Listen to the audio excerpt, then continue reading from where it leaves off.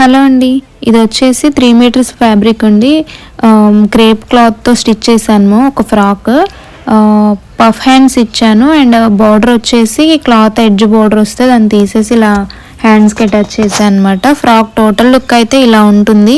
ఈ cloth fabric వచ్చేసి crepe cloth అండి. అండ్ 3 మీటర్స్లోనే ఇలా ఫ్రాక్ స్టిచ్ చేశాను. ఇలా బ్యాక్ సైడ్ పాట్ నెక్ ఇచ్చేసి టజిల్స్ ఇచ్చాను అనమాట. ఫ్రంట్ సైడ్ వచ్చేసి రౌండ్ నెక్ వచ్చింది. ఇలా ఇన్విజిబుల్ పైపింగ్ కూడా చేసుకున్నాను అనమాట.